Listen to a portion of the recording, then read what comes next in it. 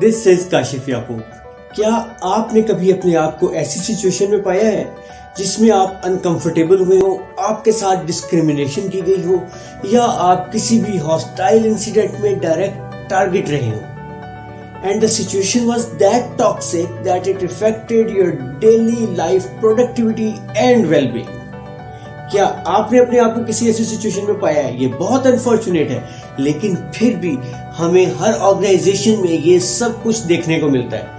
आप या directly face कर रहे होते हैं या आप बाकियों को देख रहे होते हैं जो इसको फेस कर रहे होते हैं। बहुत सारे लोगों का ख्याल होता है कि आप जब रिपोर्ट कर देते हैं तो आप उस सिचुएशन से बाहर निकल आते हैं। लोगों का ख्याल होता है कि आप रिलीफ एक्सपीरियंस करते हैं, लेकिन ऐसा नहीं होता। इसके इफेक्ट्स, इसके आफ्टर शॉक्स बहुत देर तक रहते हैं। आप बहुत देर तक ये आप पे असर अंदाज होते रहते हैं। आप स्ट्रेस में रहते हैं, आप एंजाइटी में रहते हैं और आप उससे बाहर नहीं निकल पाते।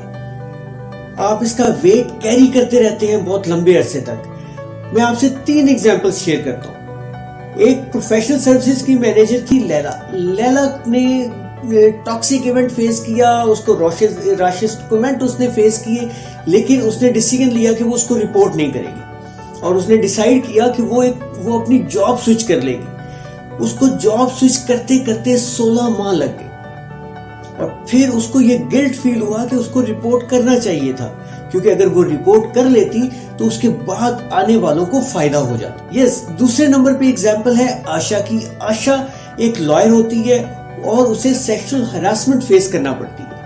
वो उसको रिपोर्ट भी करती है, लेकिन बहुत ही छोटी सी अमाउंट की सेटलमेंट के साथ वो उसको क्लोज कर देती है और अपनी जॉब स्विच कर लेती है। नई जॉब पे 3 साल गुजरने के बाद भी उसको दोबारा से रियलाइजेशन होती है और वो देखती है कि उसके जो कॉलीग्स हैं उनका इंटेंट अभी भी क्वेश्चन मार्क है, उनकी एक्शंस क्वेश्चन मार्क है।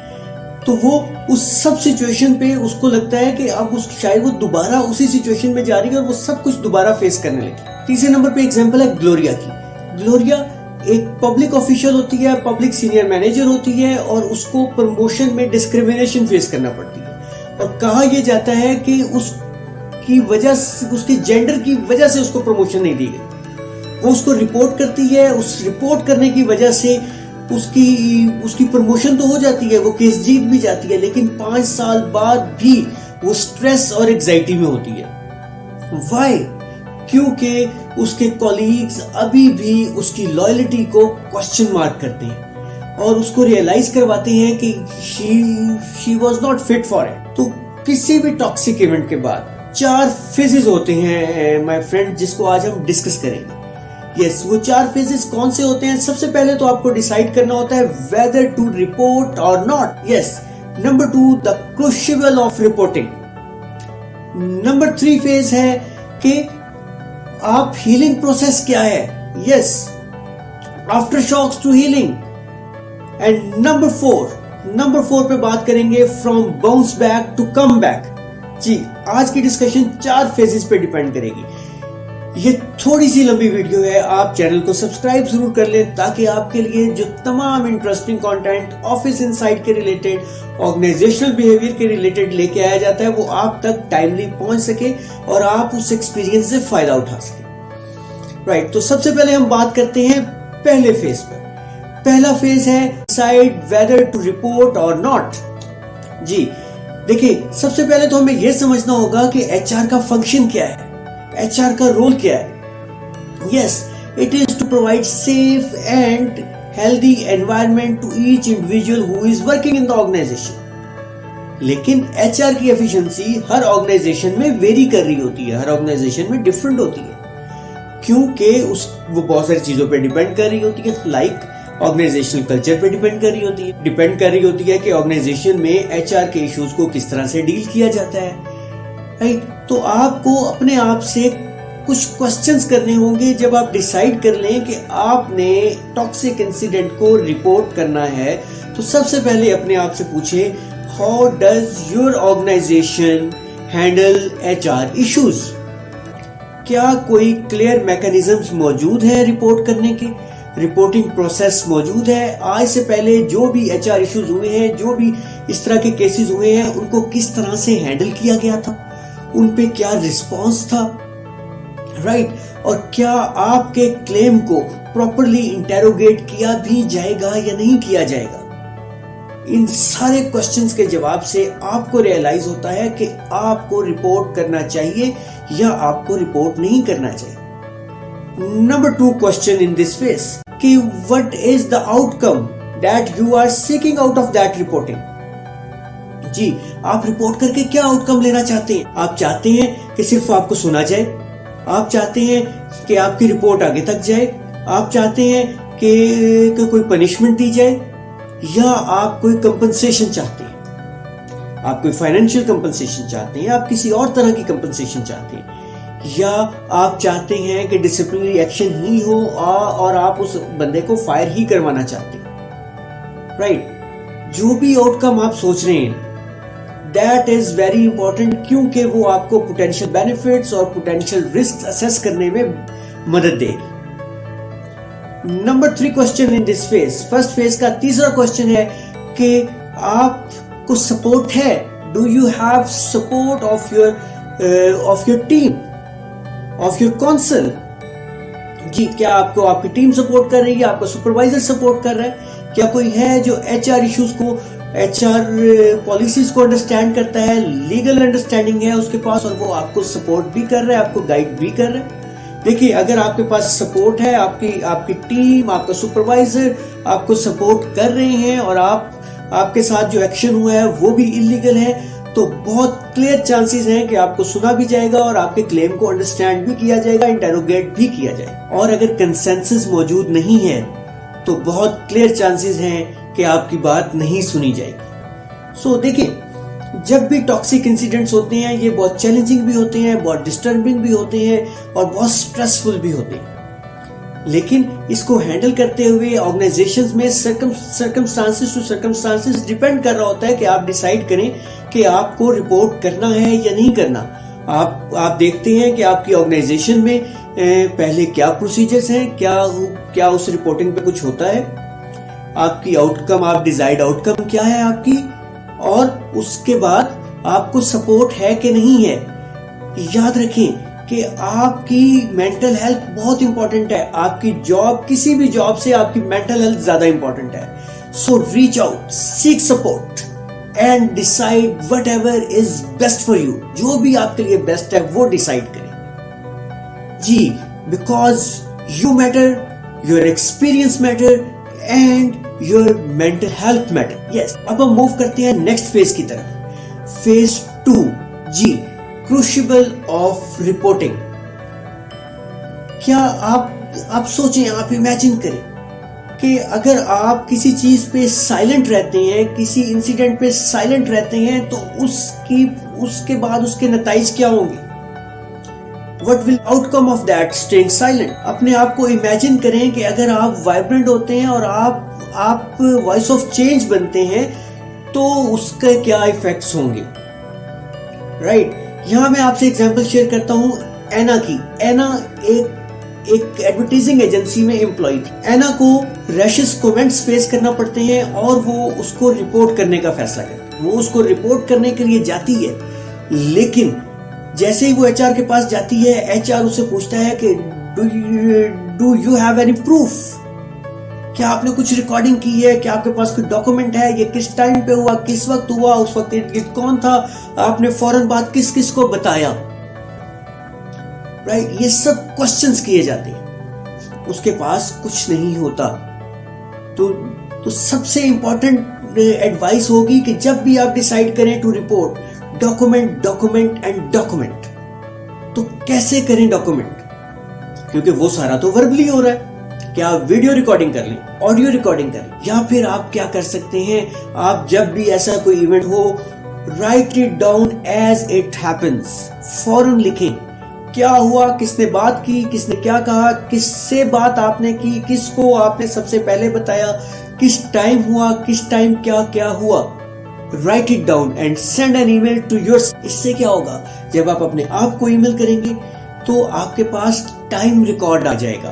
किस बहुत एक फेज से गुजर रहे होते हैं तो बहुत क्रूशियल होता है कि आपको बहुत सारी सपोर्ट भी हो आपके काउंसिल के अलावा। तो आपने जब रिकॉर्डिंग की होगी तो आप उसको रिकॉल कर सकते हैं, आप अपनी मेमोरी रिफ्रेश कर सकते हैं। टाइम के साथ साथ। देखिए आमतौर पे ऐसे इवेंट्स में बहुत ज्यादा वक्त लग जाता है। इस इंसिडेंट को रिपोर्ट तो आप कर लेते हैं, उसके बाद 2 वीक्स to 6 वीक्स तक लगते हैं उसकी कोई ना कोई आउटकम निकलने में। तो उससे क्या होता है, उससे आप बाजुकात आप खुद अंडर इंटेरोगेशन फील करते हैं, बाजुकात आप एचआर को क्वेश्चन मार्क रखते हैं कि एचआर का क्या रोल है, एम्प्लॉइज को प्रोटेक्ट करना है या ऑर्गेनाइजेशन की लायबिलिटीज को प्रोटेक्ट करना, राइट। तो बाजुकात आप इतने स्ट्रेस में चले जाते हैं, इतनी एंजाइटी में चले जाते हैं, आप इतना लोनली फील करते हैं, आप इतना रेज फील करते हैं, क्योंकि आपकी क्रेडिबिलिटी को ही क्वेश्चन मार्क किया जा रहा होता है, आपकी एफिशिएंसी को ही क्वेश्चन मार्क किया जा रहा होता है, आपके मोटिव्स को ही इंटेरोगेट किया जा रहा होता है। बट याद रखें, your changing voice can bring a real change in organisation.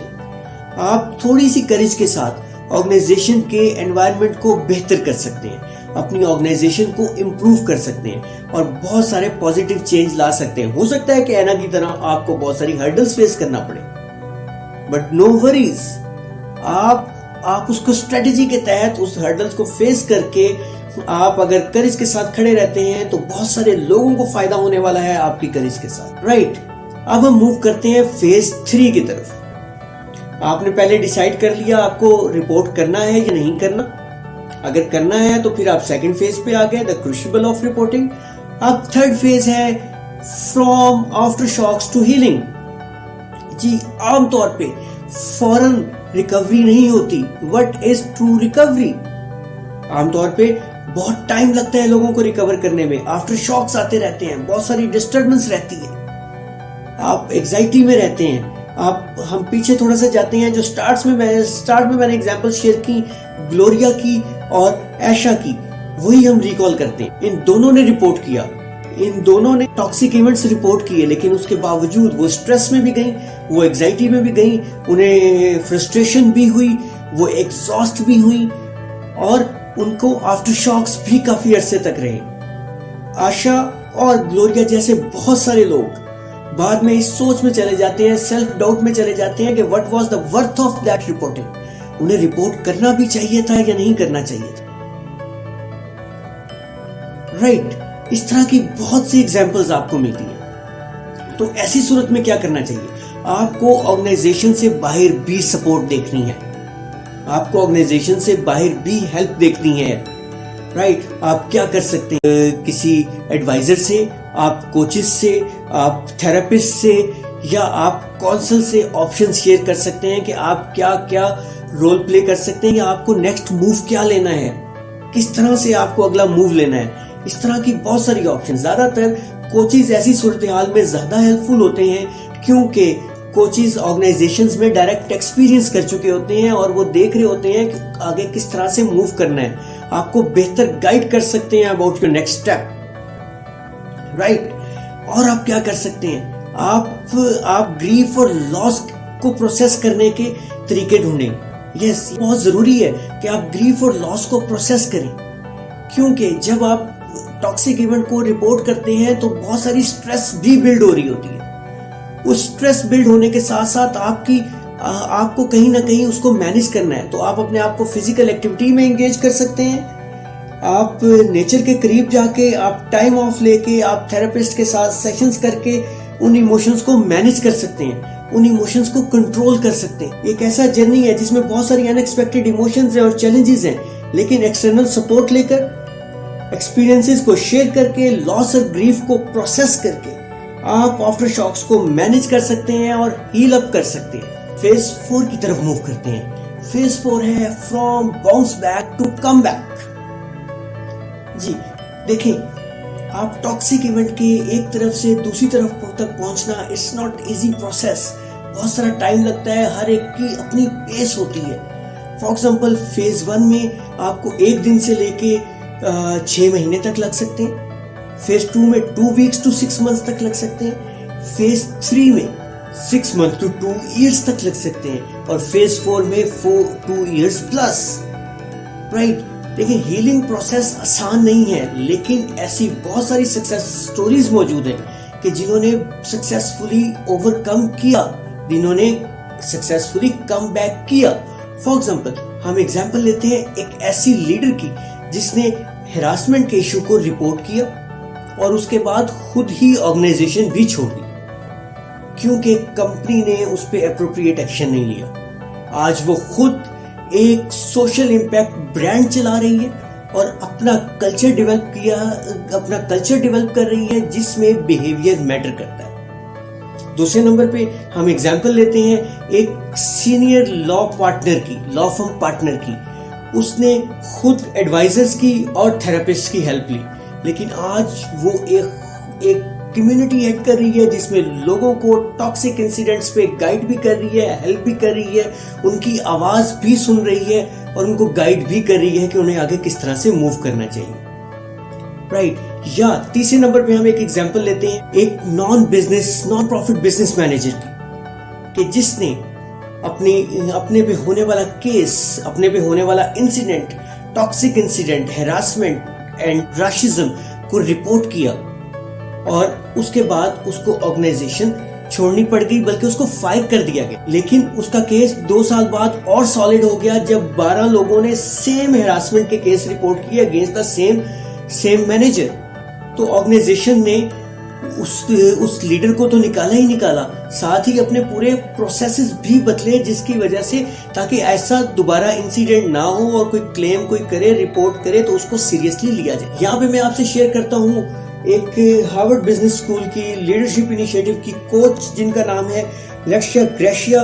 वो क्या कहती हैं? वो कहती हैं everyone's bounce back to come back is unique, it can take time but there is learning and wisdom on the other side.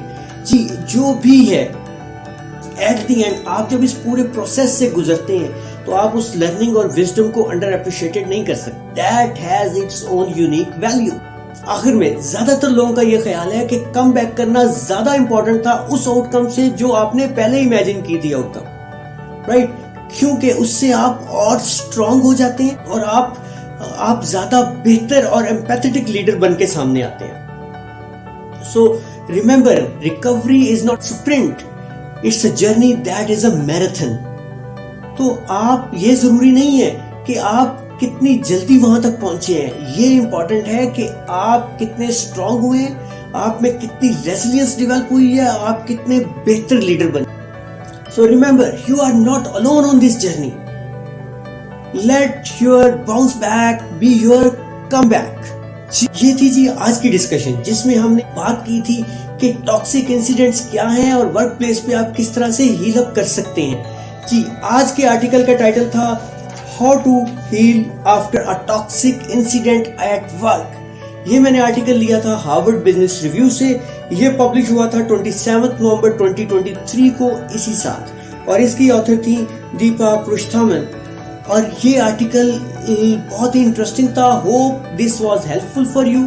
आपके पास मैं organisational behaviour के डिफरेंट टॉपिक्स के साथ, डिफरेंट डिस्कशंस के साथ आता रहूंगा ताकि आपको वो सारे एक्सपीरियंसेस आपके साथ शेयर कर सकूं जो मैं एक्सपीरियंस करता हूं, जो मैं स्टडी करता हूं। Hope this was helpful for you. Will come up with the new content. Thank for listening. Channel को जरूर सब्सक्राइब कर लें। Will come up with the new content. Thank you.